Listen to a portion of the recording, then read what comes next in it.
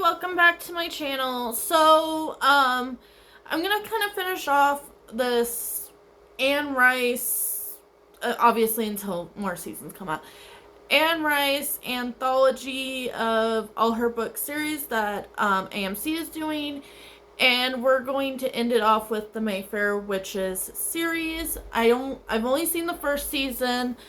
I know that there's a second season, but I only really watch it when it comes out on Netflix. So it might be a little bit of time before I can get to the second season, unless I just decide to do a free 7-day trial with AMC. Anyway, Mayfair Witches is about Rowan, and she's a neurosurgeon. Life is going great for her. She's very successful, and her adoptive mother, I think that's pretty close, adoptive mother gets cancer, and that's kind of when everything breaks loose, and she ends up in Louisiana, finds out she is a witch, part of a very powerful magic family of women that are haunted by a demon.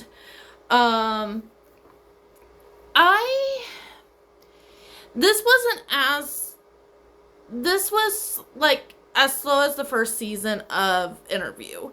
Interview to me did not really pick up until like the last couple episodes. And that's kind of how I felt about the Mayfair series as well. Like, I felt like it was very, very slow. But what I liked about this is that it did not shy away from the graphic portrayal of witches and their magic. And I don't think we've seen something like that since the TV show Salem. Salem is very, very dark. It is about the Salem witches, and stuff like that. And I felt like this was very similar, and we got really much introduced to the Telemascus, which is a company comprised of people that know about all the supernatural stuff going on, and they pretty much keep it hush-hush. So they clean up from the vampires, the witches. I know Anne Rice has a werewolf series. I don't know if we're gonna get that in this anthology. But they clean up. They're the cleanup crew from everything that happens with all the supernatural, and they're pretty much told to stay out of everything. And I am so wanting their show. I think that's really got me more interested than the actual Mayfair family themselves. The Mayfair family themselves is really, really weird. But I'm very demented, and I just, especially with what happens to Rowan's mother, this is not a spoiler-filled conversation about kind of the series. I try to keep it as spoiler-free as possible with still giving my feelings. But yeah, there is something, and I feel like, yes, we got some answers, but I want more answers. I want to know more about this demon guy. I don't feel like we got to really know him. I think I would have liked to jump to Louisiana sooner, and really got into everything that happens in Louisiana, because I feel like once she hits Louisiana, that's where things take off. But it takes her, like, it feels like 3 or 4 episodes to really get into Louisiana and for all this stuff to happen. So that's half the season right there, is just her getting to Louisiana, and then the second half is kind of like her shenanigans in Louisiana. I don't know if she's going to be staying in Louisiana. I don't know if she's going to be staying in the house. It was pretty much a cliffhanger from that point. I, yeah, I wasn't impressed with this one as much as Interview. And it's just kind of sad because I'm like, I actually do like the witchy occult stuff like a lot. Like, that was like one of the things like about Vampire Diaries, and even like Buffy had some of that stuff. Very, very like interesting, and especially like all the things that Willow could do and stuff. That got like really, that kind of upped Buffy for me in some ways.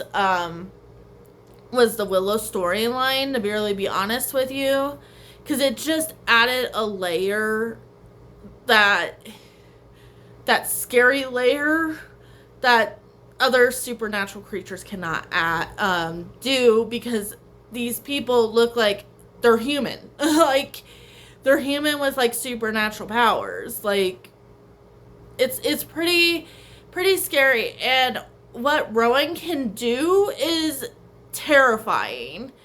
And I don't know if she's going, I'm not sure which way she's gonna be leaning. Like,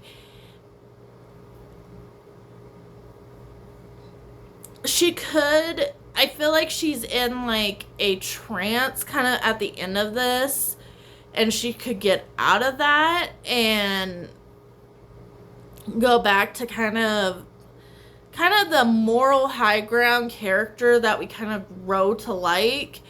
I really do like the neurosurgeon part, and the medical side of this story, and talking about ethics. I think they did a really good job about putting Rowan in a situation where you could really see her ethics shine. She has to make a hard decision. Basically, there's this guy that's doing experimental cancer research. So her mom has cancer. She goes to him, is like, hey, I want a job. And he's like, here's a list. Pick somebody to be taken off for your mother. And she says no. And that's kind of where... Sorry, guys. That's where it kind of...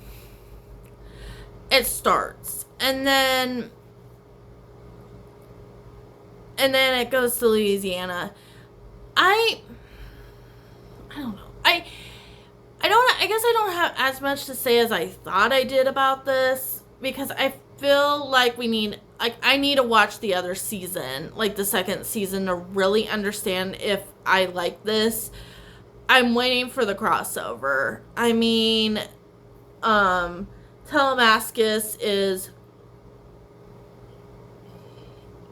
sorry guys, mentioned in both Interview and in the show. Interview a little bit less now. I'm thinking it's going to be probably more prevalent in the third season because of things that happen in that show that we will not get into, because spoilers, and that's not the show we're talking about. But I really do feel like there is going to be some crossover.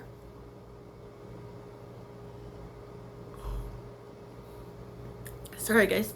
And with the idea that they have a demon attached, like, is that something like, you know, do the vampires happen to know how they could detach from this demon? I don't know. I don't know if they want to. That was like a big question to me, was the demon a curse or was he a blessing?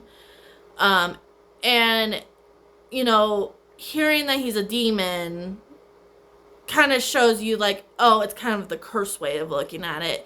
But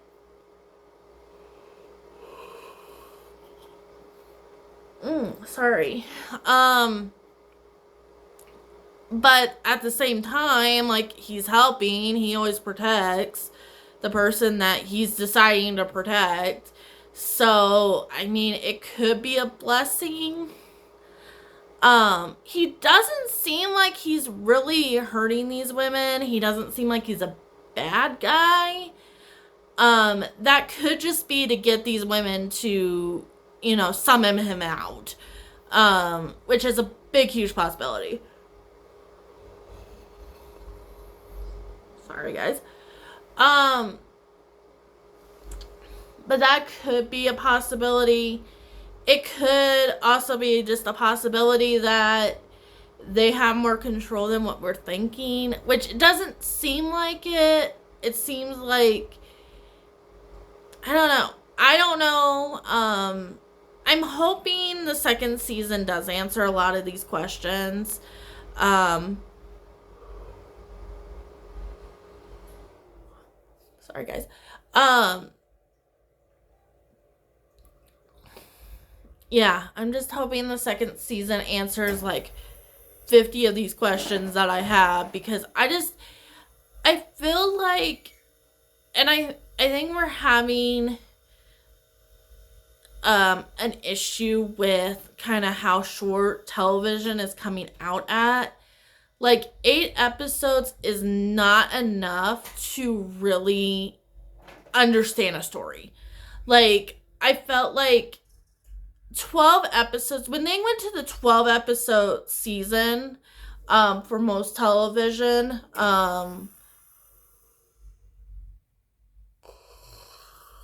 sorry. I know that was a good number. 12 is a very good number, and I feel like you can like extend and expand on things, and it's not like overdoing it. 24 episodes, like I don't want to go back to that era of television. Like, and I don't even think we could, because of the factor of how television is being ran. But we're having to wait so long for like something that's only like 8 episodes. And it's like it's this very heavy fantasy show. And don't get me wrong, I think this the Mayfair Witches series, I think is only like a trilogy. I think it's one of Anne Rice's shorter pieces of literature, because I know in the interview the vampire series goes on way longer than that. There was like, I think she even released a book before she passed, is how far out the vampire stuff goes. But the witches, I don't think goes that long.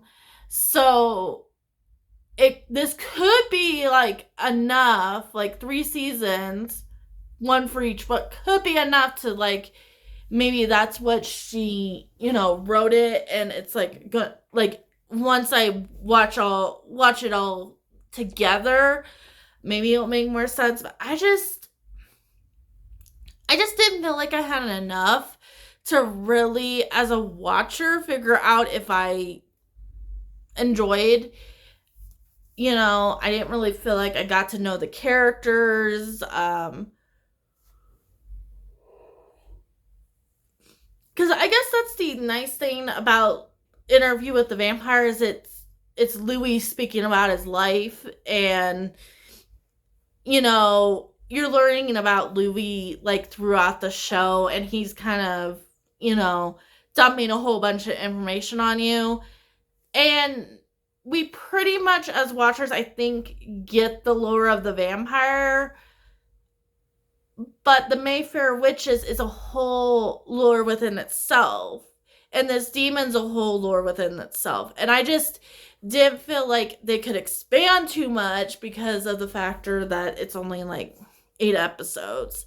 But that's pretty much what I have to say about the show. I am going to come back once I can watch some of it. I'm hoping it will be on Netflix soon. I don't know, but I will come back with reviews on this and other things. But if you want to like and subscribe, I mostly talk about other media on Thursday, books on Sunday.